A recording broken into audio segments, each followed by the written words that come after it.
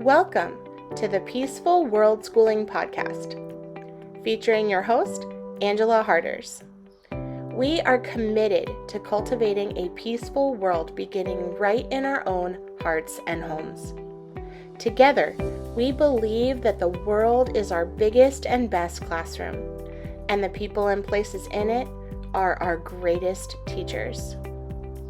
So I invite you to join me on the adventure of a lifetime, beginning with a conversation that can change the world.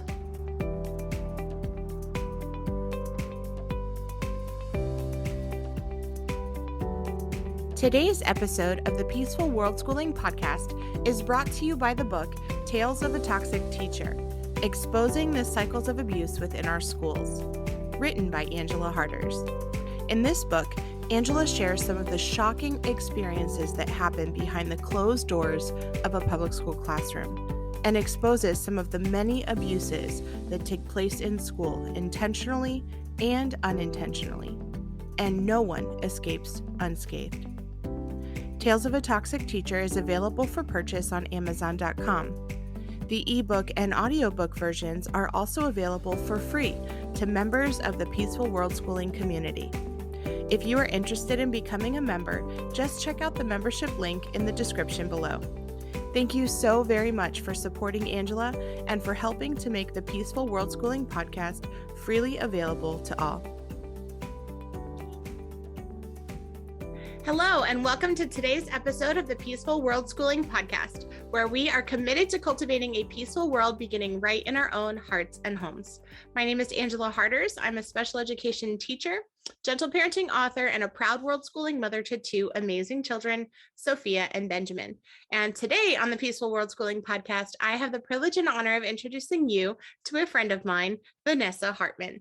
Thank you so much, Vanessa, for joining us today as we have a conversation that can change the world. I'm excited to chat with you today. Me too. So Vanessa, to get us started, can you share a little bit about you, yourself, your family, and your story? So I don't know where to begin. I have all these other lives. Current life I'm living is I'm Vanessa, and my husband is in the military. We've been together for 13-ish years and moved a lot during that time. Had a child, never thought I would homeschool, and that's all I know. So from the beginning, I was like, oh, I'm going to be a stay-at-home parent, do all these things.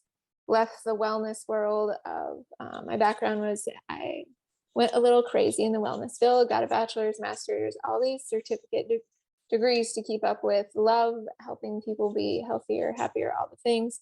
But at the end, I wanted bringing your own child into the world. I wanted to give that to him from the beginning instead of helping all these adults and then him getting lost in the thing. So I never enrolled him in preschool because you weren't allowed to send your own food, and they were only sending like the food I couldn't get on board with. So the longer and longer we were together and just doing our own life school learning, I was like, oh yeah, we are going to homeschool. So each time we move every 2 or 3 years. I create something that fulfills our family's needs, what we're looking for, but is also free and always open to the community and helps them. So in the beginning, it was moms workout groups, and now for the past 5 years, it looks like homeschool co-ops. And that's kind of where I found my niche that I never knew I wanted to do, but I love being a fairy in the forest, teaching these kids and helping them to just find the connection with nature and really be wild and free in their spirits out in the forest and feel themselves instead of being sat down at a desk and told what to think and do. That is beautiful. Thank you so much for sharing that. And so you have one son, is that correct? Yes, I have one son.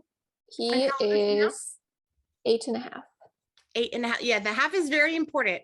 I find that once you hit a certain age, yes. Yeah, they're like, you got to have the half. So 8.5, that's awesome. And he has been homeschooled from the beginning. And I feel like your story is very unique in the sense that you weren't intending to homeschool, but it just seems like life kind of unraveled for you in a way that led you to want to homeschool. And you mentioned the health aspect, but what were some of the other reasons that motivated you or inspired you to homeschool your son?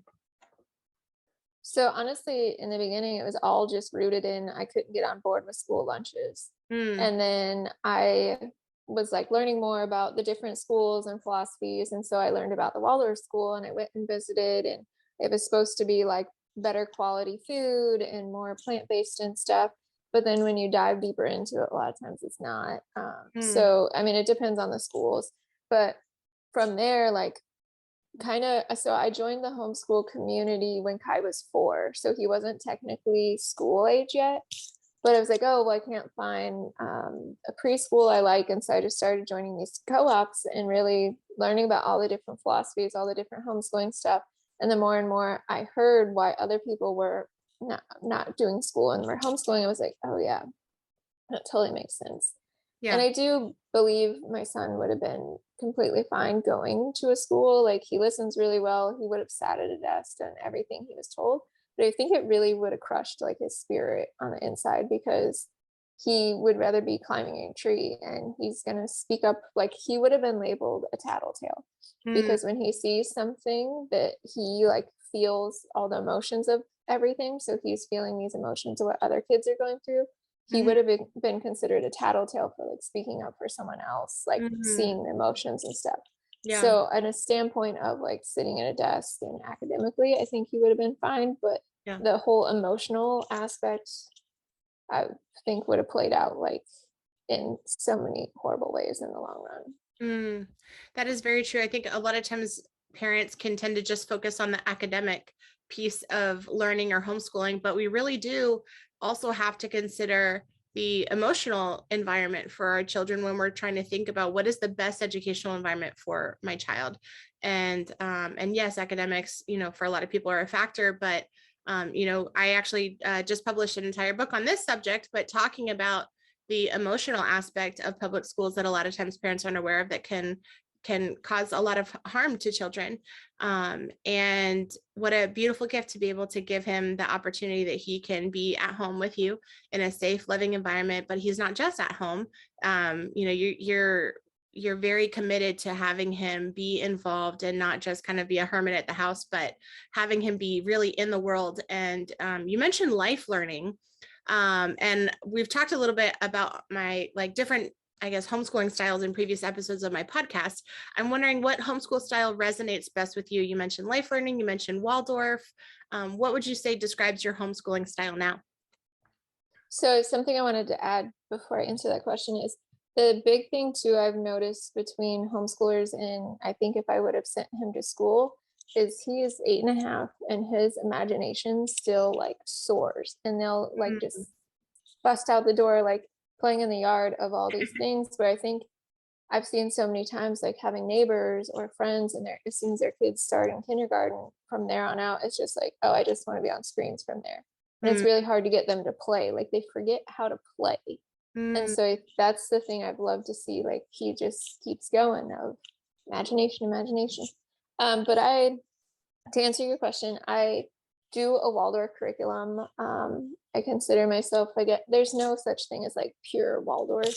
But I do love so much, like, there's magic in Waldorf. And I think for me, I didn't really enjoy celebrating holidays or doing a lot of the things until I found Waldorf. And I was like, oh, we can make our own candles for this. We can make it really like more a festival and connection with the seasons and these things. So there's a lot of aspects I love of Waldorf that we bring into it. So I adjusted a little bit to fit our family. So 2 days a week, we'll do a main lesson, which we did today.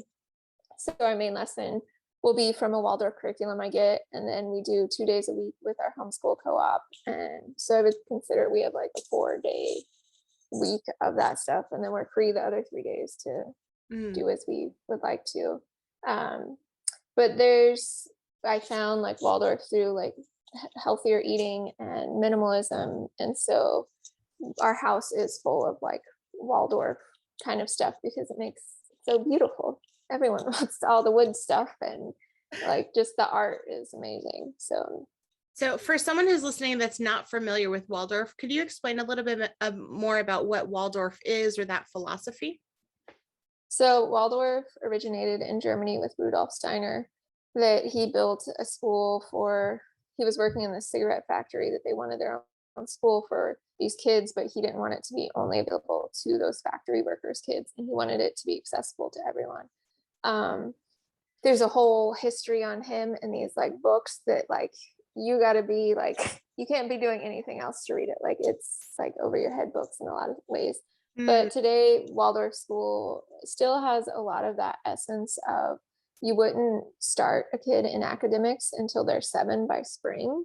So on a public school standard, Kai would be in 3rd grade, but we actually do 2nd grade curriculum. And I just don't label, we got rid of, like, we just homeschool. We don't have a label of a grade.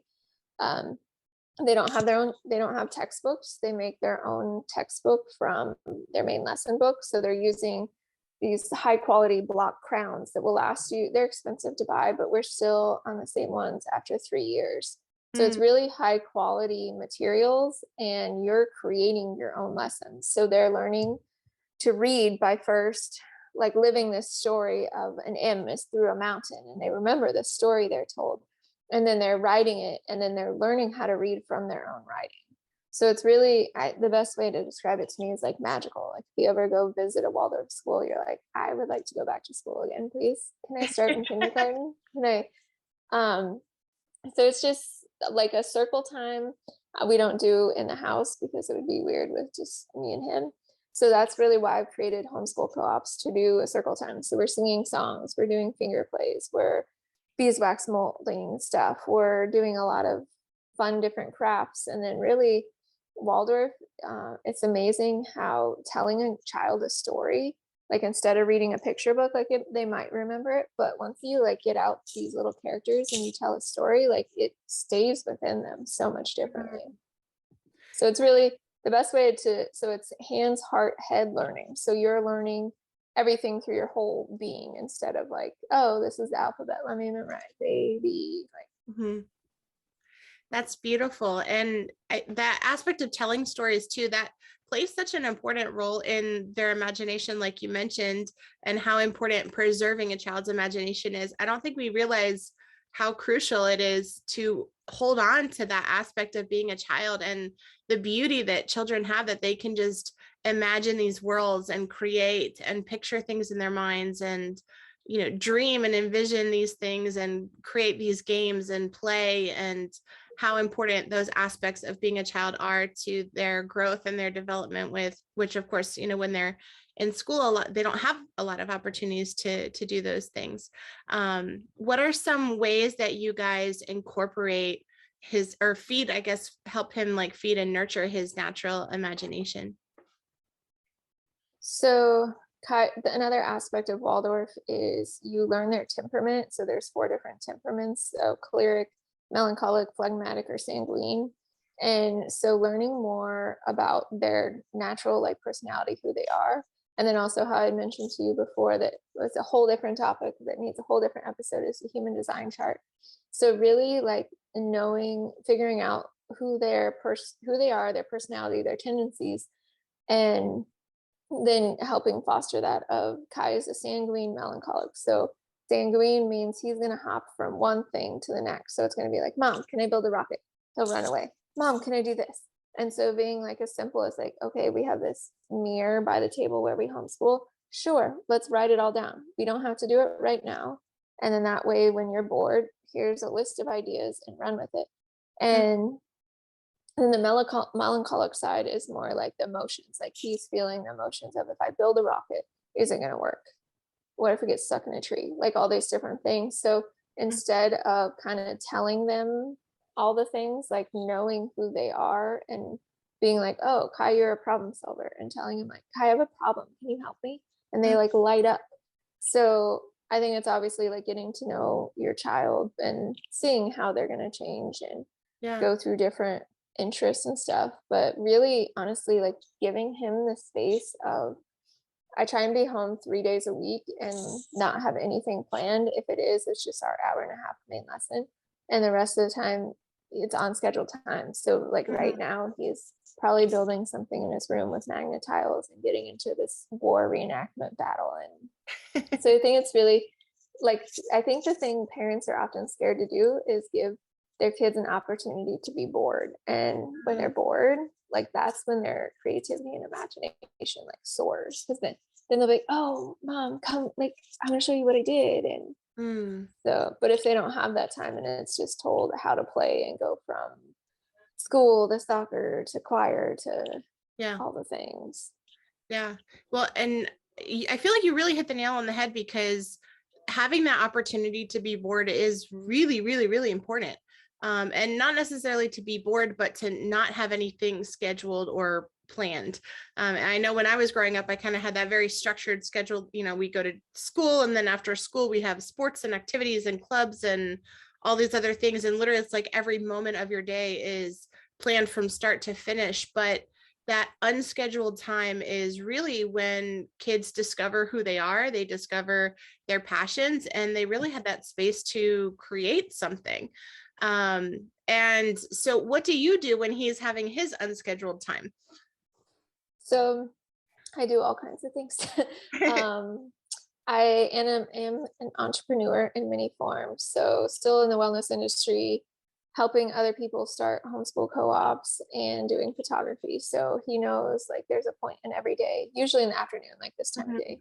So we'll have our morning time together, do the things. And then the afternoon, I'll be working on whatever I need to take care of for the many different hats I wear. When you get into that routine and rhythm, like that's another thing with Waldorf is creating that rhythm, knowing Mondays we do this, Tuesdays we do this, and also just knowing the rhythm of the day. Then it's not like he's not like running up, standing next to me like mom, mom, mom. So you create that rhythm, that consistency.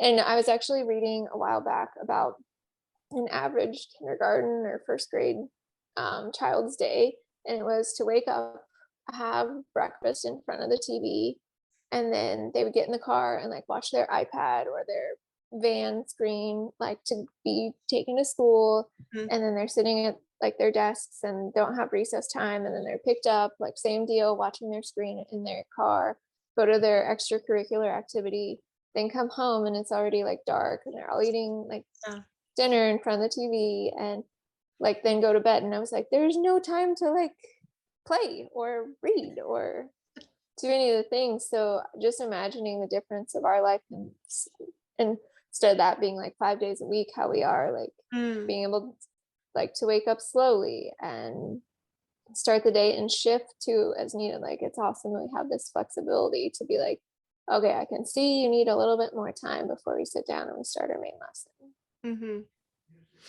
Yeah. That's really cool. So does he, I guess, do you like set limits for screens, or do you not have screens at all? Or how do you navigate screen time with him? So we don't have a TV. We haven't for quite a few years now. That's another aspect of Waldorf is like low technology. And I found when a TV is not there, it's not asked for. So obviously that's not the easiest for a lot of families to do, but we're like outside a lot or with our community. And so a lot of times like we'll go easily in Hawaii. We used to live in Hawaii. Now we live in Maryland. But when we lived in Hawaii, we would go a good month or so without even watching a family movie because we had it labeled green days were the weekdays and purple days were the weekends. So you could watch a movie on a purple day, but he would always choose being with his friends or something instead. So we went a really, really long time without even doing anything. But now we still do, I would say we maybe watch a movie Tuesday, Thursday, and then just depends on our weekends. But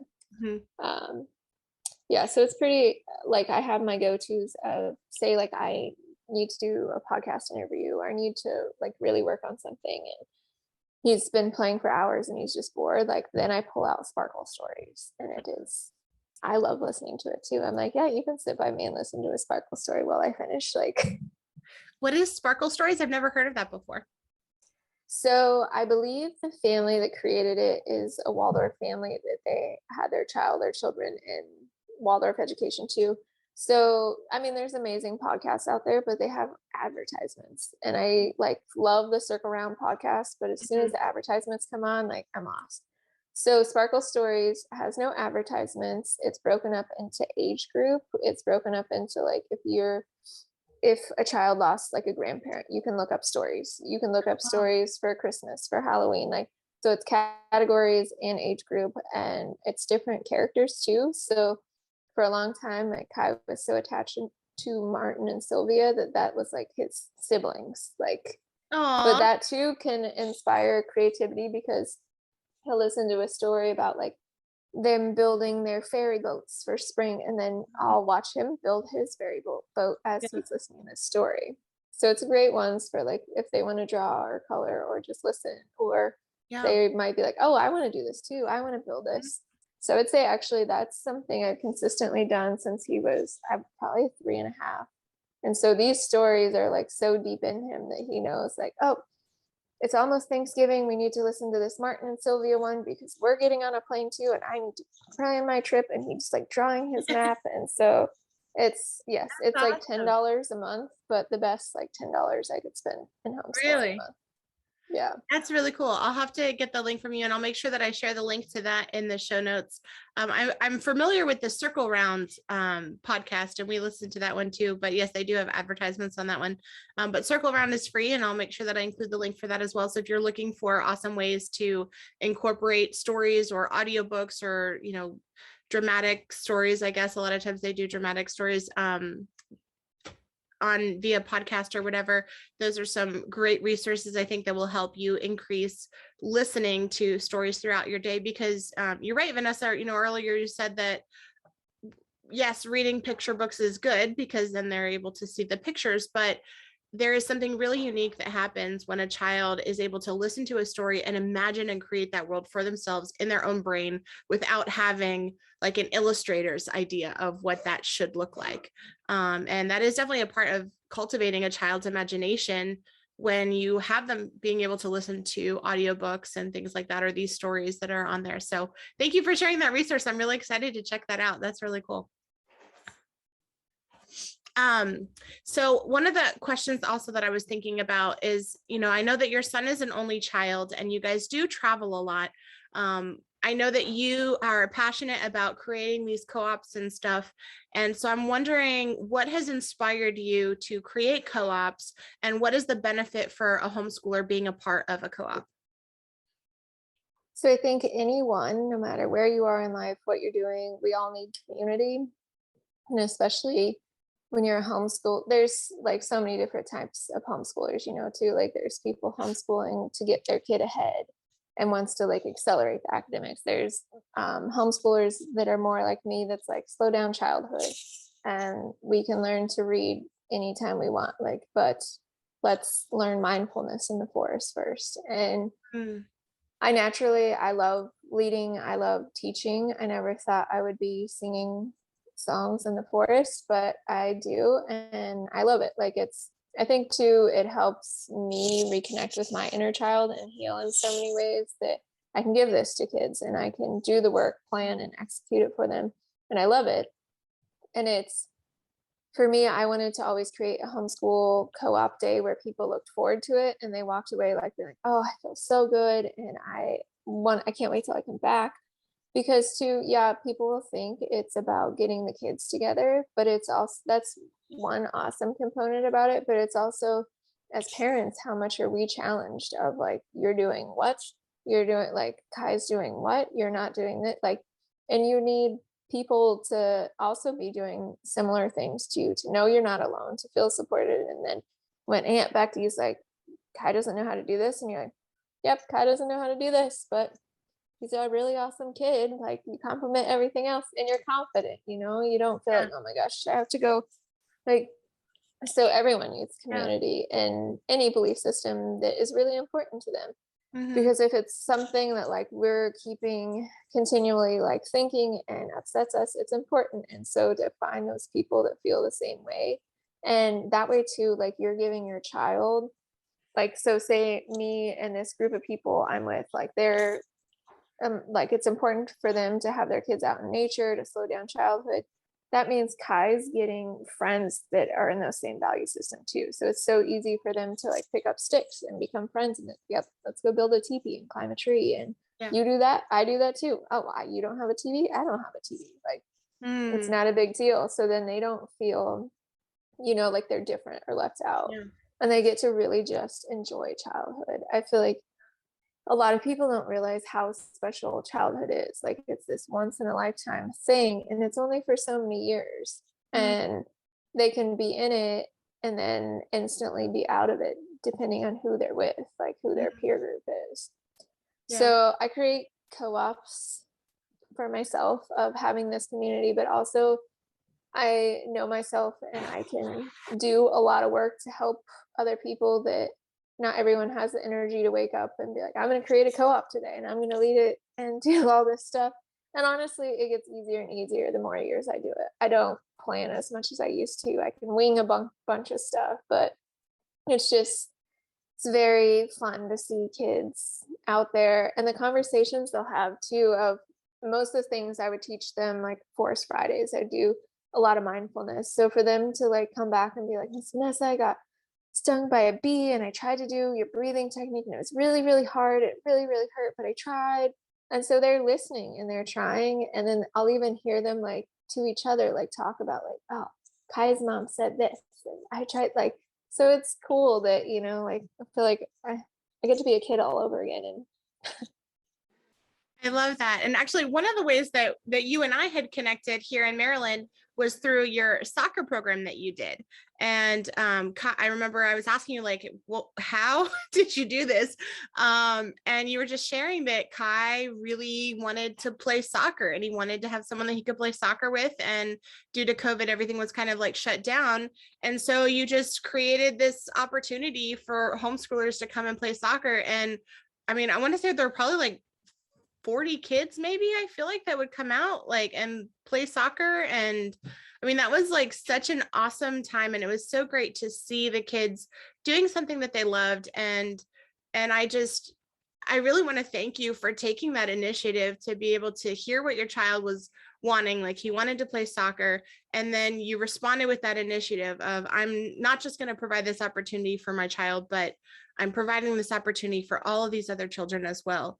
And I think that's something really special about you, that you are looking for ways to contribute things to community, as you mentioned, not just focusing on your own child, but really creating that community for yourself and for him. And that's such a powerful thing to be able to offer the world. And so I'm wondering, what does a typical day in your co-op look like now? So we are traveling a lot. This has been the most like crazy 18 months of my life. My husband's going back to school and sometimes he's here, sometimes he's not. He's still in the military and we don't know like past 1 month. So I've had to learn to live 1 month by a time, sometimes 1 week.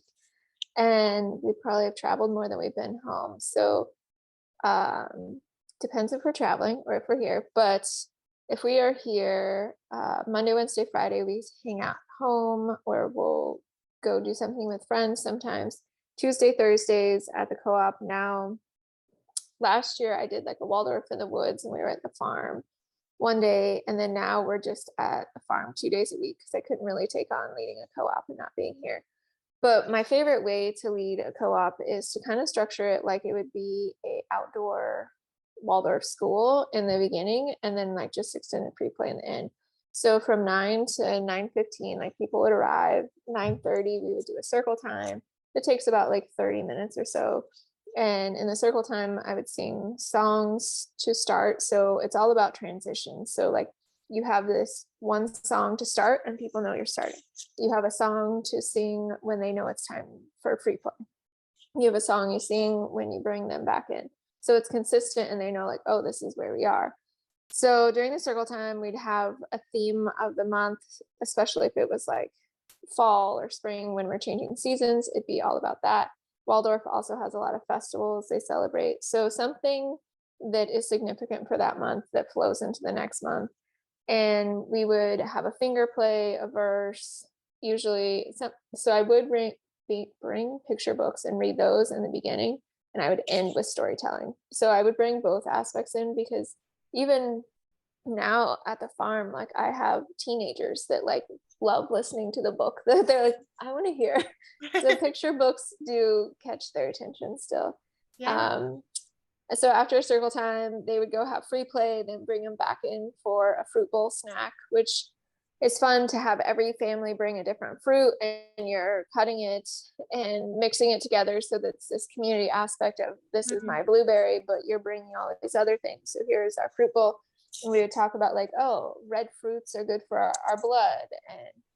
And so we would talk about like the nutrition aspect too, and then have our snack. You definitely got to have a snack in a co-op, or else it can't last. And then we would have some type of like main lesson or craft for the day. And after they would finish, they would run off and they would get to go play in the forest. And I would always be like, hey guys, we're in a new spot. I had this cute verse that it would be north, east, south, west, where I am is the best. And we would talk about, is it okay to run off in the bathroom by yourself? Is it okay to go over here? But so that like giving, instead of rules, like don't go here, don't, like evaluating this place. We're in a new area. What do we think is safe for us as a group?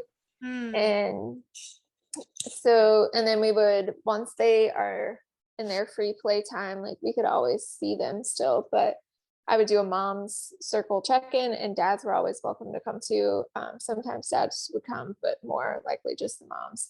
And so I'd do a mom's check-in and be like, okay, this is our word for today of support.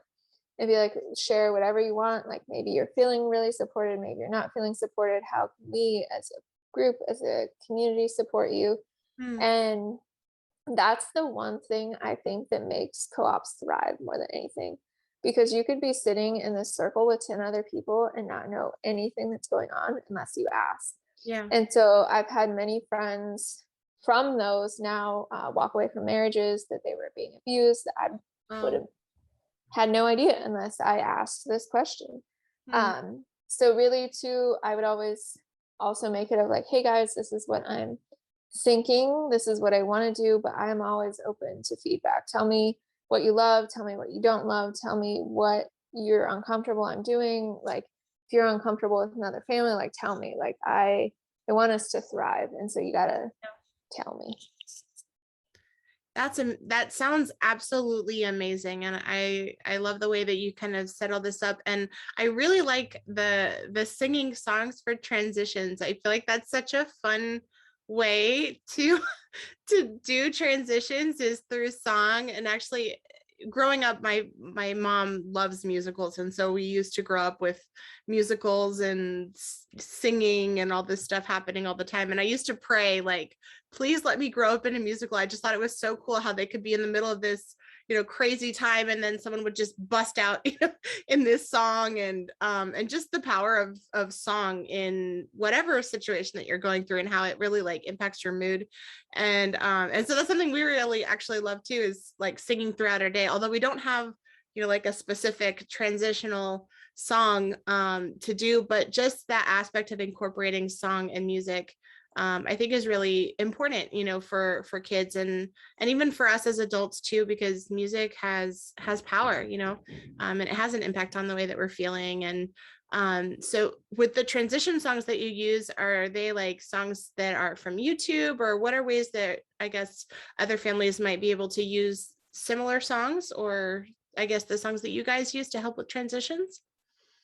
So the Good Morning song I found from Waldorf, and it's like very common, and they'll change different, like there's a lot of different variations of it, which is cool because I actually changed it from being in the forest to the farm. So we say, and we'll like do arm movements with it. So we'll say, good morning, dear farm. Good morning, dear friends. Good morning, dear chickens. And all the eggs from the hens. And it keeps going.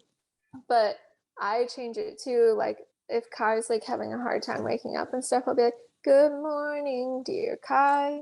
Good morning. And I'll just free like whatever's going on. I'll be like, good morning, dear leg soreness and all the restless you had. Like, you get that tune and then you can make it whatever. Yeah. As far as one of the ones they love, probably because it's time to go free play, is I say, let's go play with our friends, play with our friends, play with our friends, let's go play with our friends and be wild and free. And I totally just came up with that. I don't know how. But I think the longer I've been singing kids songs, you just get this, you hear the tone and then you're like, oh, well, I'll just, maybe it's because I'm not naturally musical, that I'll look at a song and I'll be singing it and I was like, that makes no sense. And so like I'll be like, this is better for this. And then like bringing them back in, I'd be like, can you walk on two legs, look at me. Can you walk on two legs, look at me. So I think I probably use the same like beats often.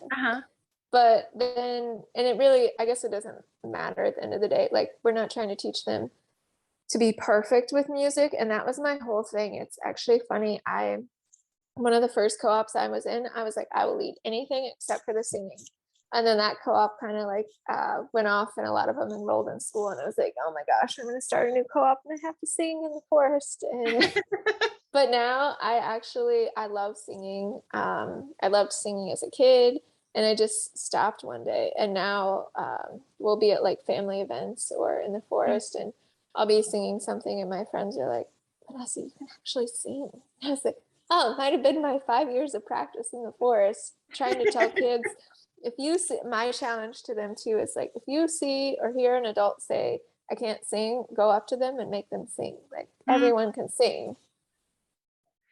That is a great encouragement because I think it's, again, I tell people all the time, it's not that you can't sing, like everyone is physically able to sing. And I think of like the Elf movie, you know, where he's like, everyone can sing, you just move your voice up and down. And it really is, it's very simple. But in a lot of ways, I feel like we almost have to become like kids and lose that fear of what other people think of us to be able to open ourselves up to just sing. And you know, now with my kids, like sometimes we'll be going through a day and I'll just, you know, sing to them, it's time to have lunch, let's go, you know, whatever. Or I'll sing them a question and they actually will like sing back to me. And it just, I feel like it increases a lot of that, the fun and the playfulness of interacting with another human being by just being able to sing, like, what would you like to wear today? You know, I mean, just something simple. I mean, it doesn't have to be perfect, as you mentioned, but being able to lose that fear, you know, and really like ourselves becoming like children in that sense of just singing freely, wild and free, like you said. And one of the other things you said that really stuck out to me too, is you were talking about, you know, slowing down childhood and really cherishing childhood. And I think that's a really profound idea. And I'm wondering, what does that mean to you when you talk about slowing down childhood or cherishing childhood? So I honestly don't have many memories of my childhood, and the ones I do aren't really ones I would want to encourage anyone else to have. But I think too, it's just like, so I think we're like as a society kind of getting away from this, but I totally lived it of like move out probably the day after I graduated, go get my bachelor's degree, take 22 credit hours, join the National Guard at the same time, work part-time, run cross country, never sleep, graduate in 3.5 years, and start my master's degree before I even walked through my bachelor's degree. And then get like 10 certifications. And like just by the time I was like 22, 23, it was like the things I was like rushing to get, most people don't do until they're like now maybe hopefully like 35. Like, and I think I don't necessarily think my childhood was that of like, oh, we got to get ahead mentality. But I think now that's kind of how it is of like, where's the best school my kid can go to? My kid needs to start soccer at 3 years old so that they can be ready for high school. And it's like, well, you only get this period, this childhood in your life where you can just play and you don't have a worry in the world. Like to me, that's childhood of, and I don't even know necessarily like where I would say it ends of like, they call it middle childhood years when it's 7 to 12. And a lot of times kids can kind of like get out of that. And then that's when they want more technology. They're more influenced by their peers. But if you're in the right peer group, that can shift to like, let's draw, let's read, let's do music, instead of like, oh, let's play Fortnite and let's do this. Like, so that's where I think in any sense, like whether kids are going to school, but we have this like awesome opportunity in homeschooling that we can kind of control in a way more who their peer group is. Like, because as a homeschool, you're being like, well, we're choosing all the things we're going to join. So who's there and what are they doing? Yeah, that makes a lot of sense. So when you're talking about cherishing childhood, what aspects of childhood do you think are important for us to kind of hold on and try to protect? I think it's definitely just free play in their imagination, like letting them just like now Kai will be like, Mom, I need you to shut the door. Like, I don't want you to hear me playing in the backyard because he'll be like low crawling and he'll be like reenacting all this stuff, like that he's just living in like total like pretend, and it feels real. And I think as adults though, like I naturally like will start daydreaming about something that I want to happen, and maybe we're calling it manifesting as adults instead of daydreaming, but they're like just in this like me as an adult, I'm not gonna go low crawl in my backyard.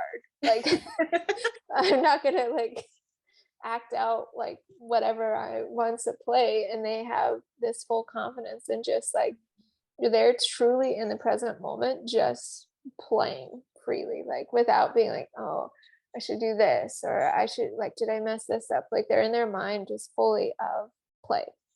Yeah. I think it was Maria Montessori, I believe, that she said that play is the work of childhood. And it's interesting because a lot of times we kind of separate those domains, right? We separate like work and play or school and play, and that we view play as kind of like the break from learning. Whereas I think it's important for us to really start to change and shift our views about play, because play is where the learning happens. And it's a really valuable part for kids. One of the things I struggle with though, sometimes I feel like sometimes my daughter will want to play these like imaginative games, whether it be with, her dolls or Barbies or something like that. And sometimes I feel like I have a hard time diving into that world with her. Whereas like there are certain other things that like I feel like we both really enjoy playing together. How do you handle that? Like, do you join him in his play, or do you have certain things that you like to play together? How do you navigate playing either with him or giving him that space that he can play on his own? So I definitely played with Kai a lot when he was younger, like all the pretend cooking and all that play it was all about. Now he just wants to play on his own. Like he wants to build his own things, reenact these things, and then he wants to show me them. But now he more like if we're doing something together, he wants to read or play games, which like you're so right. Like I don't stress the whole like academic lessons because like for playing games, it's amazing how much you can learn. Like we play like math games that he loves, and it's like actual learning games that we'll just come up with cards and stuff. And so I feel like that when they're like, let's do this and let's play this math card game for an hour and a half, they're getting so much more out of it instead of sitting at the table and be like, okay, let's do our skip counting. Which obviously like, I'm like, okay, I still do the main lessons. So kind of, I know like where we are in the Waldorf curriculum and the things we should be talking about or whatever. But when it's self-driven, like it's like instant compared to like, I'm like, okay, we're going to figure this out now. And that is so true. Sorry, go ahead. So I think that's the whole thing of like slow down childhood. Like people are in such a hurry to get their child to walk and get their child to read and know the alphabet and know all these sight words, where it's like in the beginning, my husband was nervous about my method of slowing down, but I was like, well, I don't go up to you and I'm like, Angela, so tell me, how old were you when you learned to walk? And by what age were you reading? And because most of the time, if it's forced, like you talk to most of the kids that learn how to read when they were super young and they're like, oh, I hate reading. Yeah. I'm like, well, I'd rather you discover it. And that's another part of the Waldorf magical thing is to let them discover reading instead of being like, okay, let's practice. Like, what is this? Sound it out. It's like, let them discover they can read. And then they're like, I want to read all the things. I heard a quote once too, that they said that when you teach a child something, you forever deprive them of the opportunity of discovering it for themselves. And that was like because of course my career was as a teacher.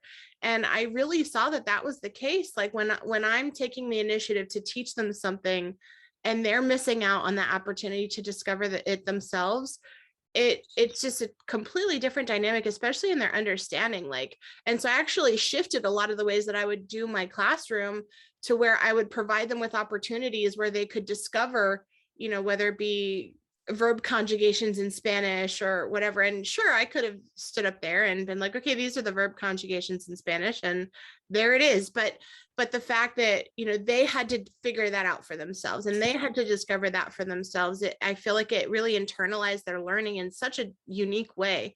And, being able to give that gift to our children too, of giving them that space that they can discover those things for themselves, I think is really, really cool to watch. I have loved watching my daughter like discover how to read. I didn't even know that was possible, honestly. And I'm wondering, I know you mentioned that your husband kind of wasn't really on board with this kind of slowing down, cherishing childhood, slowing down childhood a little bit. And I know that there are other people who are listening that may be experiencing that, whether it be a spouse or a family member that maybe doesn't understand why they're not trying to have their child graduate when they're 14 or be valedictorian or have straight A's, or pushing them, I guess, to be in that rat race of finishing early and all those kinds of things. How would you recommend that people handle when they have other people that are in their lives that may not agree or may not understand why they're choosing to parent or educate their child in the way that they are? So I have two answers for that. If it's a partner that is parenting with you of the child, what I did was I looked at a million Waldorf YouTube videos, found the most encouraging one, sent it like if someone too is just more like they need I feel like videos can be awesome. So find a video that's super motivating, which you could too send to family members to because most people are like, Vanessa, what are you doing? What is Waldorf? What is that's old school. Like, so finding a super encouraging video, because that's like an outside source. And then it kind of sounds bad, but with my husband, I was like, one day there was a child that goes to a public school that could write, do all these things. And then there was Kai. And I was like, today just observe them, watch how they do things differently. And at the end, he was like, you're right. Like, and so many people have come up to us and they've been like, Kai is so different. Like, can you explain what you observed, I guess, between the two, or what you were noticing? Like their conversations, their words, their emotions, their like behavior of just like everything. So like whether they were listening to each other, whether they were listening to their parents, whether the words they were speaking were kind to each other, like how they could hold their conversation. Mainly like it basically comes down to life skills, instead of like memorizing academics compared to life skills and living life. So after that, he's like, you're right. Like I like what we're doing. As far as family and friends go, I think the thing that makes them feel the most uncomfortable is you're doing something they didn't or they don't want to do. And it's not really of which is better than the other. It may be if it's like a family member that's already raised their kids, you might make them feel uncomfortable that they did it like wrong. So coming from a standpoint of, if they're asking me a question, being like, I'm not saying my way is better than what you did. This works for our family. And it would be awesome if you could support us and be encouraging. And I've been attacked on Facebook posts I've been attacked by family members in person. And really just being I'm confident and I'm stubborn that I'm like, well, I'm not gonna give you the power to take away what I feel like is best for our family. Like, yeah. So just from a caring standpoint, being like, I know I'm doing it a lot different. It can be confusing, but this is why I'm doing it. And just sharing your family values. And that can work with friends too, because sometimes they feel like a lot of my friends that are sending their kids to public school and I'm not, and they're feeding their kids differently than I'm doing, I think they feel like I'm judging them, which I'm not. And so like trying to like open this dialogue, this conversation of we're all different people. Our values are different. And you do you. I'm not going to sit here and be like, oh, yeah, everyone should homeschool just like we are. Everyone, like, that's not the point. Like, the whole point of homeschooling or being a parent is to be able to choose what you feel like is best for your kid. And at the end of the day, I feel like if every parent supported each other that way, like, there'd be a lot less angry posts and messages and conversations going on, which is hard. Like, parenting in general is hard. And then It is. all the different decisions we have to make. And so, but yeah, definitely been there. And that's the awesome thing about having a community, because then when you get something like that, you go back to your community, you talk with them, and instead of getting fired up at that person, you let it go and you go talk to your community and you figure out the next time you're in that situation, how can I answer it better? How can I not let it bother me? Because we're really like doing this for the best interest of our child and keeping that as the most important thing, our why. Like, then we don't need to waste our energy on the people that don't understand and don't want to support us. We can more put it into why we started our child. Yeah, that's very true. And I think those are definitely great tips for people that may be struggling with feeling kind of that external pressure from people around you. And it's important to remember, like, they're coming a lot of times, like, they're coming from a good place, like they're coming from a place of care and concern. And I think even to being able to acknowledge, like, I get that you're expressing these concerns because you care about my child, and being willing to share, like, and this is why we do what we do, or even if they're not even open to hearing about it, but just being able to say exactly what you said, this is what works for my family, and knowing in your heart that it, at the end of the day, doesn't really matter what anyone else outside thinks, as long as you and your child are sure that you're on the right path that's for you. I think that's what matters at the end of the day.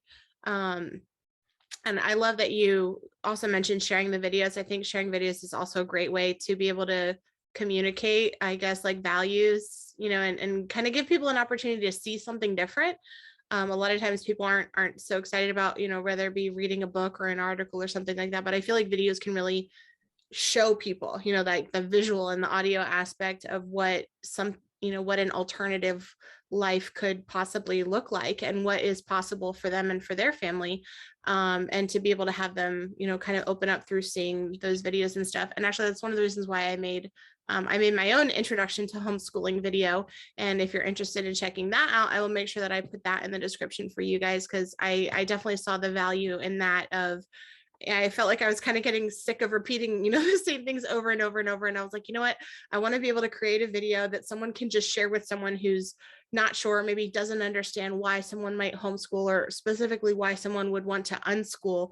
And I feel like it's kind of like my introduction to unschooling, almost, of, the fact that we can sit back and really, like, analyze, why are we doing what we've been doing. So yeah, that video has been really helpful, and I've gotten great feedback on it, that people have shared that video that I made with their family and friends, and that it's been helpful for them. And I'm wondering if you have any other resources that you would recommend that you feel like have been really helpful or supportive in your journey as a homeschooling mom. Oh my goodness, I've read so many books and I love to read too. Do you have any favorites that you would want to share, or that you think were really inspirational for you?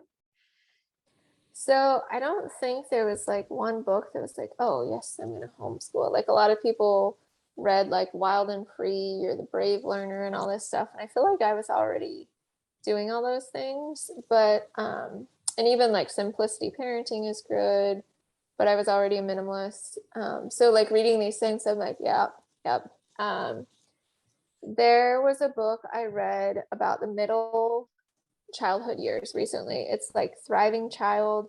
It's all about from 7 to 12, which I feel like most people in the beginning, they'll read about being pregnant, they'll read about all the things you do with younger kids, and then they stop reading.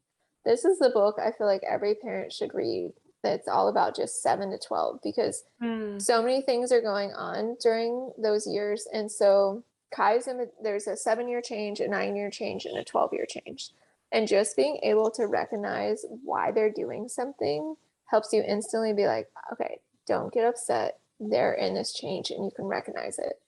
Because a lot of times parents lose those years with their child, or they start to get super frustrated with them because like, you're changing. What are you doing? Why are you doing this now? And it's good. They're going through those natural progressions. So I'm going to have to look it up, but it's like thriving child something, but it even talks about like ways you can talk to them better, books you could have them read, or like books you could do read alouds with. But basically during 7, like the Waldorf philosophy is before 7, like world and self is like one thing. And at 7, they're like world and self. And so they're seeing all these different things. They're feeling a different way. They might feel more uncomfortable. And then at 9, the whole concept of death like hits them really hard.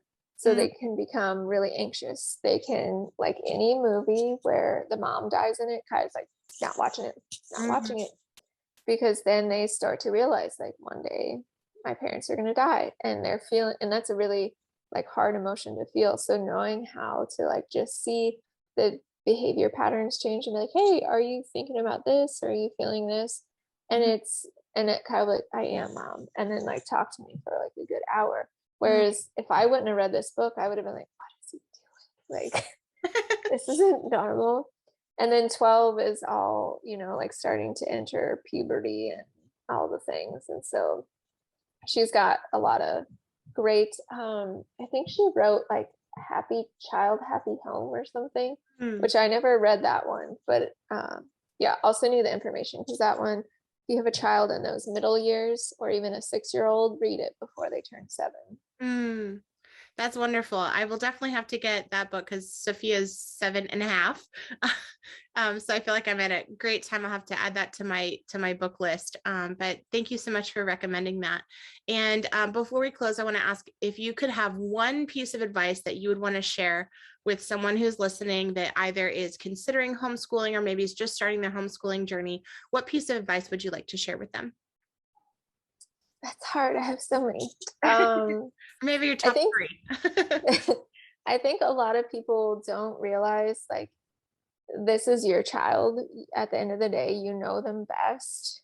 And to stop taking in all these outsider information of a teacher or a doctor or all these different things, like get in tune with your gut instinct and talk to your child, and you can always work out anything. And that's going to be the best advocate they could have, and also teach them like way down the line, like teaching them their intuition and these people that know them the best. Like you can work anything out, you can learn anything. I love that. You can learn anything. That's beautiful. Thank you so much, Vanessa, for sharing that. And thank you for sharing a little bit of your story and your life and your wisdom with us. I really appreciate you taking the time to talk with me today. And to my listeners, I want to thank you as well for joining us for this episode of the Peaceful World Schooling podcast. I hope that this episode today has been as much of a blessing for you as it has been for me. Please keep in mind that there are new episodes of the podcast that are released every Tuesday. So make sure you subscribe so you won't miss out on a single one. And Vanessa, if my listeners are wanting to connect with you, what is the best way that they can do that? I'm on Instagram at Vanessa's Holistic Living. And then I'm also on Facebook. I don't know if my thing is set as public or not, but I share basically my life, homeschooling, all the things we're doing on both. So awesome. I can send you the links for those. And you also have a podcast, right? I do. I have a podcast called Seeds of Courage, where it's super short, simple, straight to the point. It's usually like 5-10 minutes, no ads, and just the most commonly questions I get. Like you, I was like, I need to create this library because I get asked all the time the same question. So I'm creating this library of my most commonly asked questions. Questions about health or wellness, or? It's everything life. There's actually some about creating a homeschool co-op, about homeschooling, about the human design chart, about what you do when your child ends up with 10 stitches from a chicken coop fall. Basically my life. In my prior Vanessa stage, good 10 years ago, I would have had it like all planned out like weeks in advance. And I challenged myself to live in the moment and only create one podcast a week, because I feel like I'm very in tune of like what everyone else is going through and what I'm feeling. And so I Yeah. just share from a space that's very natural and what I feel like could help others. And so far, a lot of people like it, and it's working well. That's awesome. Well, thank you so much again. I'll make sure that I include the links for that in the show notes. So please feel free to check that out and subscribe to Vanessa's podcast so you can get all of her life tips as well and kind of join her on her journey. And yeah, so thank you so much for joining us today. And I hope that your day is as wonderful as you are. I will see you next Tuesday. Join us next Tuesday on the Peaceful World Schooling podcast. I'm your host, Angela Harders, and if you enjoyed today's episode, click subscribe and be sure to hit the bell so you will not miss out on a single episode.